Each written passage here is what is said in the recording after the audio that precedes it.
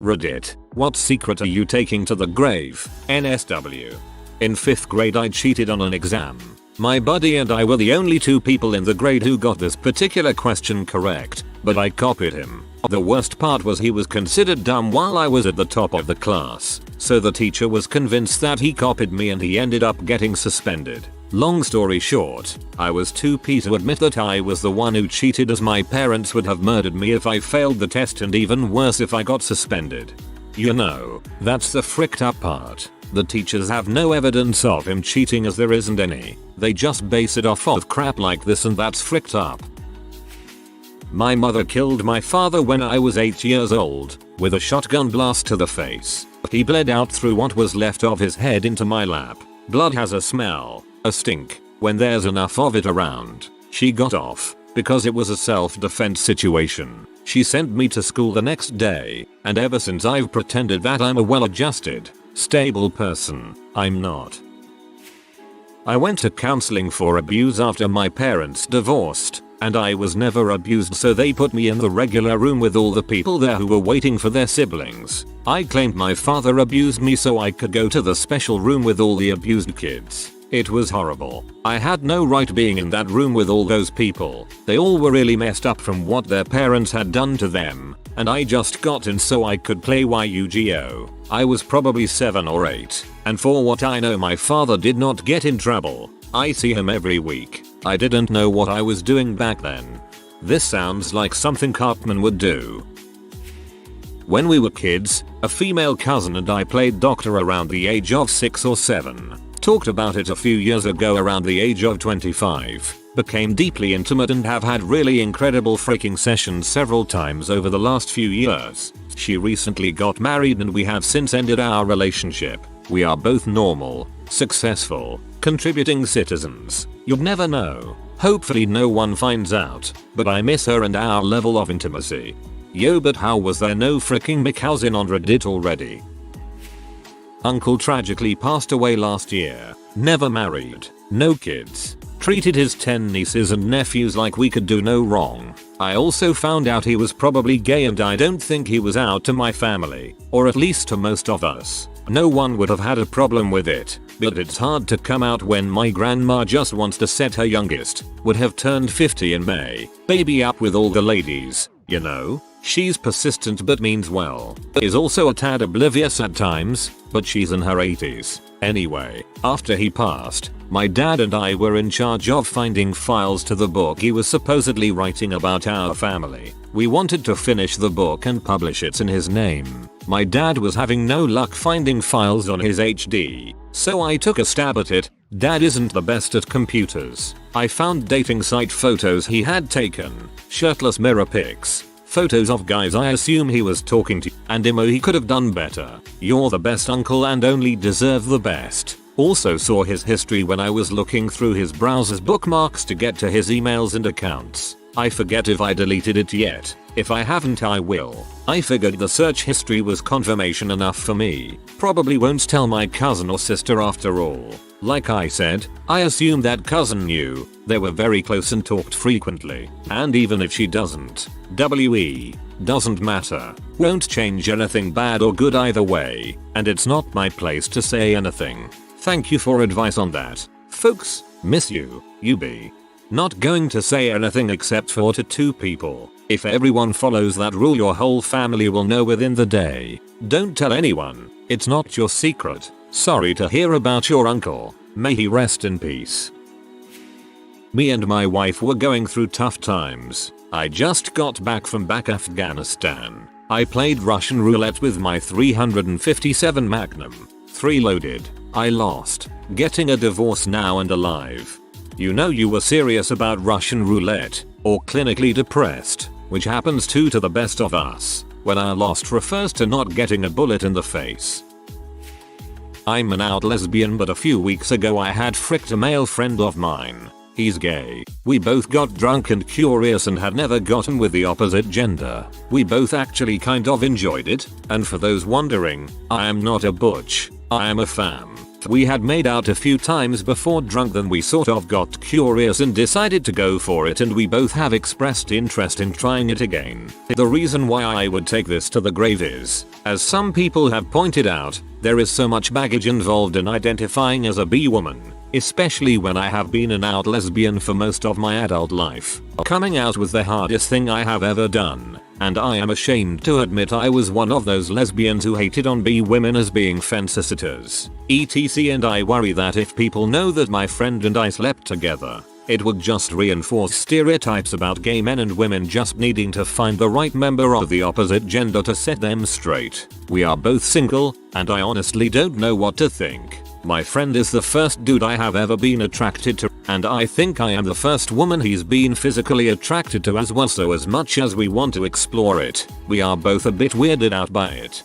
Related, when I was a kid I thought this was how all gay relationships worked, that it was just a bunch of butch women and effeminate men getting together, and I didn't see what the big deal was. I was a pretty stupid kid.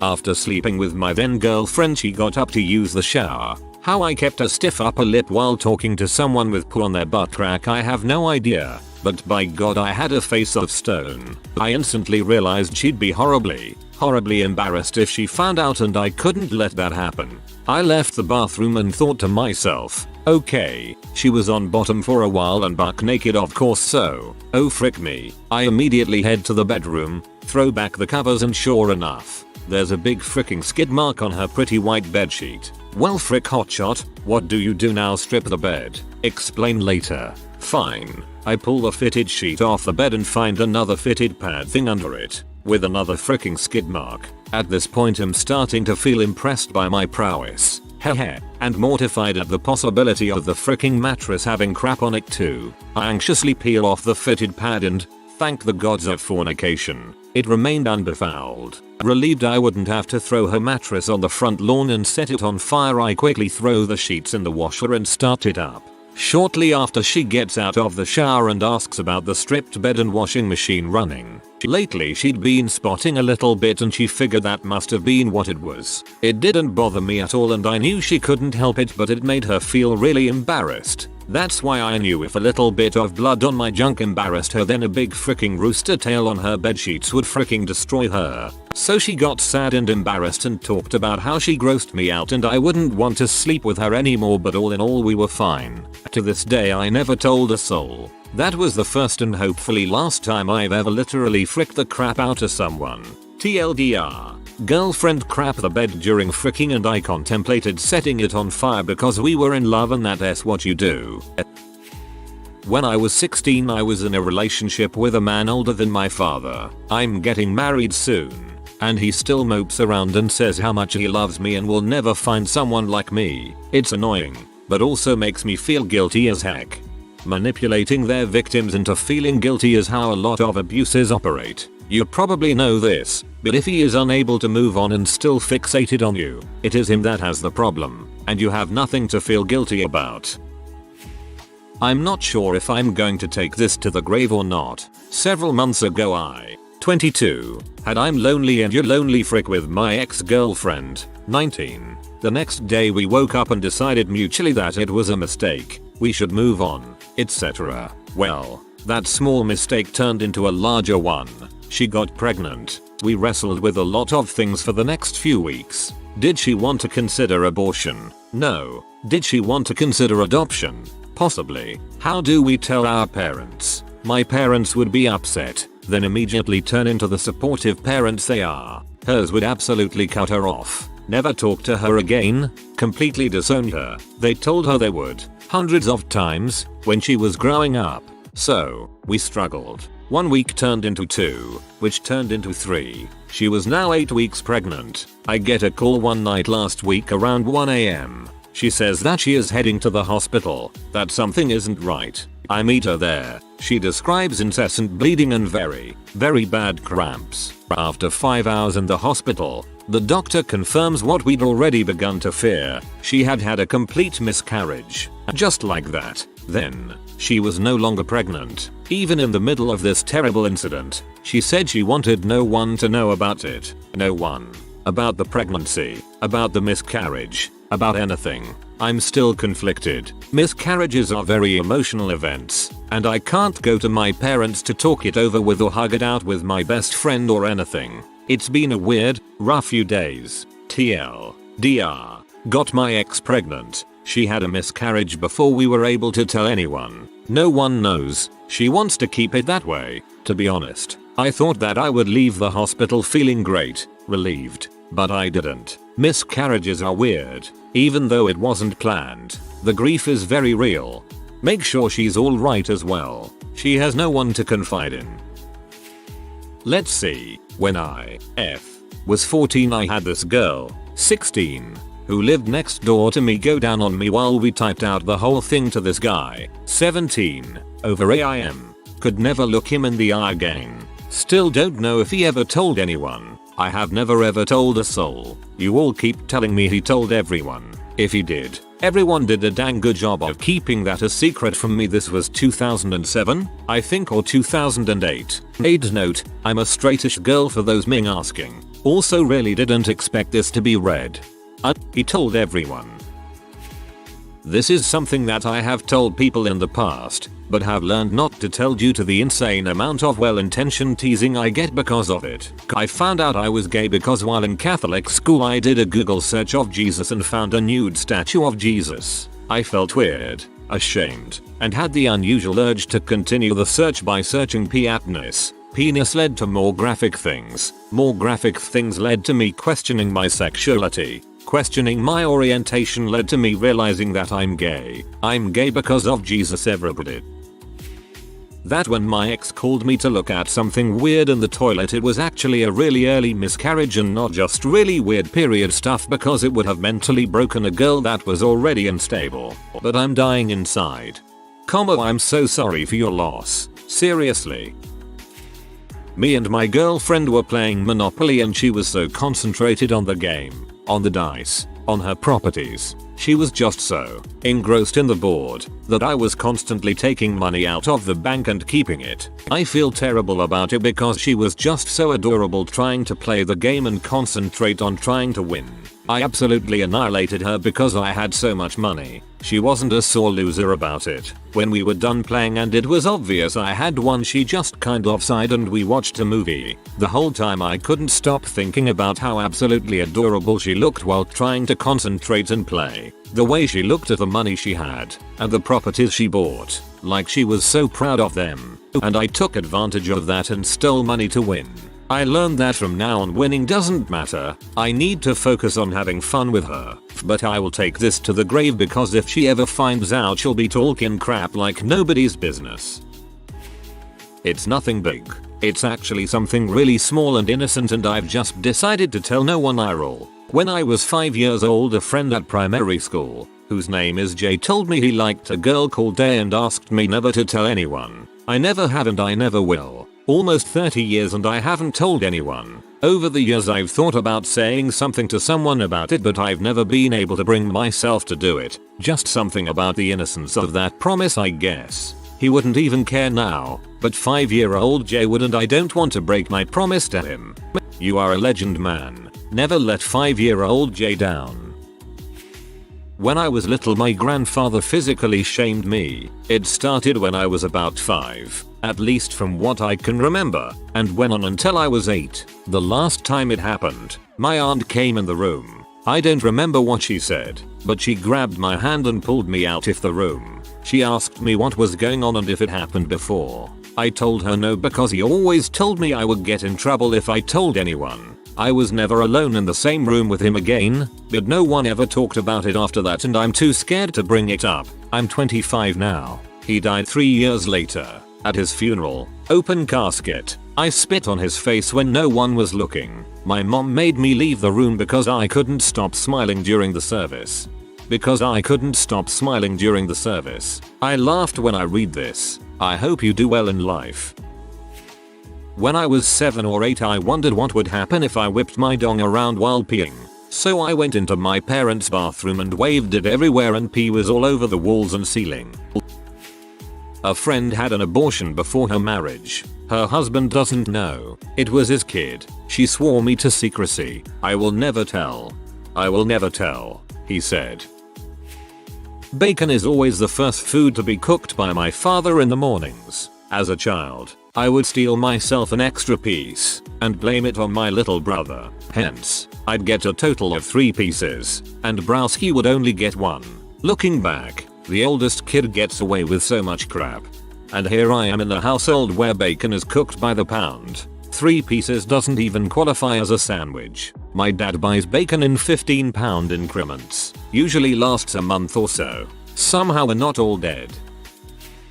Yesterday I responded to a car accident. I literally watched a girl I was in high school with die. She was screaming and begging to live, and then she wasn't. It wasn't surreal or like Hollywood. If one more person asks me if it was like the movies, I'm gonna punch them the frick out. I've seen my fair share of bad accidents and have never really been bothered by death. My first call was a really bad accident. Only thing I was worried about was getting dinner. Frick, I slept like a baby last night and didn't think twice about it. I am more pee that a young girl died with her whole life ahead of her all because she wasn't fricking paying attention to where she was going. People, pay the frick attention when you're driving. When you get yourself killed, it may end for you, but not for everyone else. That text message is not worth it. It's not worth it. What no one knows is that I came dangerously close to crying my fricking eyes out over it. This girl was literally one of the nicest girls I've known in my life. I was bullied in 9th grade,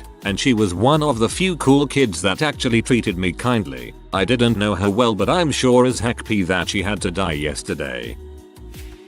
A friend of mine confessed that a few years before I met her she got pregnant by a man who didn't want to have anything to do with the baby or her. She could not afford to raise the baby herself, so she continued with the pregnancy but did not tell anyone at work because she feared that she would be judged for it. She scheduled a C-section for Friday afternoon, took a half day off work, and was back on Monday. The baby was adopted by 2 of her friends. No one at work ever knew what she did. She said she was able to cover up her pregnancy by wearing extremely baggy clothes. To answer some questions, I had to Google the Peggy reference. I didn't think she stole the idea from Mad Men, but who knows. Yes, she's a bigger chick, so easier to hide weight gain. Agree, the C-section detail sounds sketchy. This was a story that was told to me, not one that I could personally verify. Didn't think it'd be possible to hide a pregnancy, even with baggy clothes. Well, I'm a little late to the party, but here it goes anyways. When I was a kid, I always hated getting physicals for sports. One time I was extremely uncomfortable as I had hit a pubescent age and had become more aware of my body. You could say, well, I'm circumcised and I thought the scar I had was from fapping too much and the doctor would know. My remedy? Put Neosporin on it every night. When this didn't work, I became very distressed. We had very slow internet back in the day, so it took like half an hour to see one picture of a naked girl, so I didn't watch movies. I had to Google dongs to see if other people had the scar as well. Seeing dongs never made me so relieved. TLDR, dongs relieved my dong. I lost my virginity to our Italian foreign exchange student living with us for the past 6 months. She's since gone home. No regrets, though. My mum laughs about this all the time, but I don't tell anyone because it makes her sound insane. I was about 4 or 5 at the time and I lived in an area where everyone was a bit rich and snobby. My mum went to visit her friend who had 2 kids. One was a girl and she had this beautiful pink girl bedroom with double bed with a canopy, loads of toys, and she was adored by the mum. The boy's room had this cage-like cot which he was just sitting in. My mum loves children, so didn't like this. One day she asks me, poor little head throwaway, do you need to go to the toilet? If you do it in this bag now. I thought that was a bit weird, so I didn't. Eventually we're driving along and there's this Tupperware container with a plastic bag with something brown in it. We get to this car park and park up. My mum takes the bag out, walks over to another car and just smears her own human crap all over the windscreen, just covering the whole thing. It was awful. Anyway, she threw the bag away and we drive off. She told me another story about when she was a late teen young adult and a boyfriend had done something really bad to her. So she did a poo in a box, wrapped it up nicely and left it in his room as a present. As a boy who was neglected while my little sister routinely got $1,000 handbags, expensive clothing, the biggest room in the house and a super nice car, I am eternally grateful to your mother.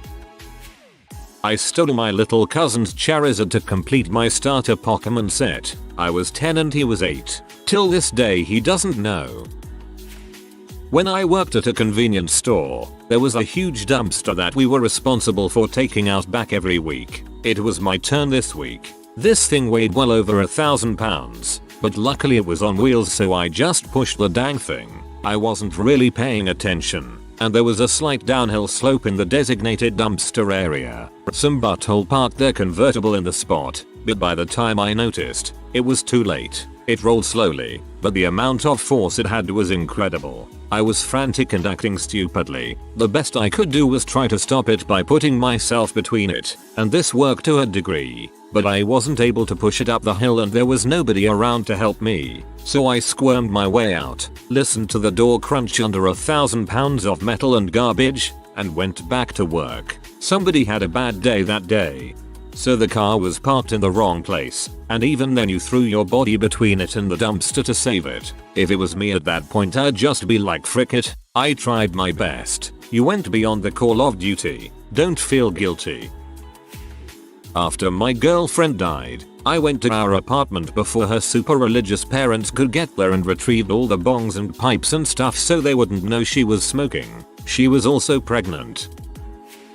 Had to make a throwaway because, you know, taking to the grave and all. Probably going to get buried at the bottom of this thread, but what the heck. So here we go. A few years ago my best friend committed suicide. Most people didn't know he was depressed for at least 2 years. But during that time I had saved him a couple of times. Most times it wasn't going to work anyway. Drinking a bottle of vodka by himself, etc. Somewhere more serious. So he tries again using a mixture of different medication. I noticed immediately something was odd when he started texting me, so I go over there, break into his room and call the ambulance. He had sought help before, but this was the first time he couldn't deny it to his parents and other friends as he was in the hospital for a couple of days. He recovered, but people started treating him differently. We talked a lot about this. He didn't want to be that one that tried to off himself. The fact that people started treating him differently made things worse. He didn't want to go out anymore. Locked himself in his room for days on end and tried to avoid everybody, except me. So this day comes a couple of months later and he calls me. He says he's going to do it for real this time. Everybody trying to be nice actually brought him over the edge, especially his parents. He tells me what he's going to do but not where. I can't stop him anymore, and I realize I don't want to anymore. This is his choice. So 2 days later they find him. As his best friend I'm involved with the funeral arrangements. I speak to his parents, his other friends, all the while knowing they were the ones pushing him over the edge. It's not their fault, but it felt that way at the moment. I don't think I can ever tell his parents that them trying to be the loving parents he needed actually made him do it for real.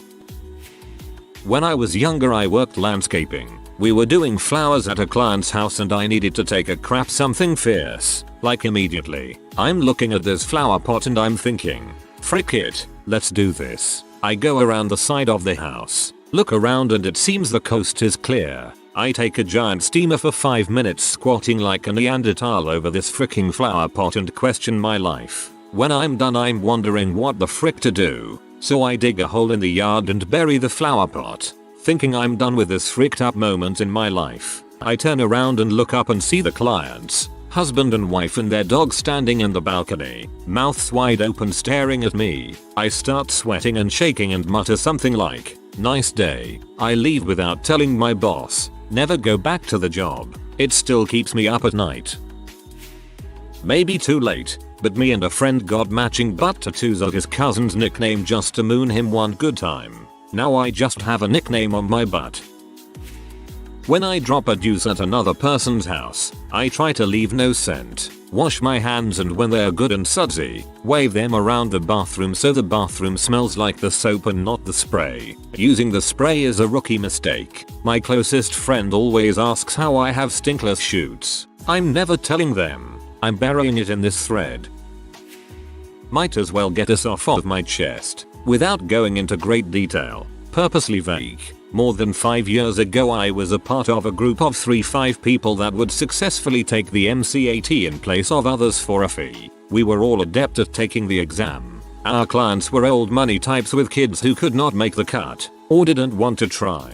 The fee was $100 K plus any other extra charges. Fake fingerprints, IDs, prosthetics, you name it, and we did it. I had no qualms doing this as my reasoning was if they can't pass the exam, how in the frick would they get through med school and steps? Take their money and let them fail out of med. No problems until one of the clients actually managed to get through school and had racked up some malpractice. Thankfully nothing too serious. It hit me hard to the point of attempted suicide. I quit and went to therapy and the group disbanded. For other reasons. Shortly thereafter, I'm doing much better now, but this info is staying with me from people that I know, and staying with you, random reader. This should be a movie. My girlfriend has homicidal thoughts and a history of mental health issues. She's sat me down and told me on numerous occasions that she has these strong urges to kill people. It scares the heck out of her, but I always tell her I won't let that happen. I plan on asking her to marry me soon. So from what I'm reading it sounds like she most likely is OCD or has obsessive personality disorder. She doesn't have any history of violence and the urges are few and far between. They usually stem from sadness rather than anger. Her life would admittedly be better without certain people who are poison to her. I think it's her brain trying to assert control over situations where she has none. As you Foxlist said, because of her probable condition she'd be the last person to actually act on those feelings. Also, I'd like to thank everyone for proving to me why I should take this secret to my grave. I'll be at your funeral. I was drunk and dropped my parents' and my little brother's toothbrushes into the toilet. They had them all in a cup and I knocked the cup over. I frantically went to go boil them in hot water before anyone came home and put them back. No one knows. I thought I mentioned this, but my pee was still in the toilet from the pee I did like 2 minutes before I knocked the cup over. When I was a kid I would have to go to after school care for a few hours. I had a friend there I would play with regularly. We'd normally play house in a cardboard box and took so far to pretending to be husband and wife. I suggested we get naked like moms and dads do. I almost took my pants off when the caretaker called out for snack time. To this day that same girl and I are friends. If you are new to the channel, you can subscribe. I publish new videos every day. Until then, check another video.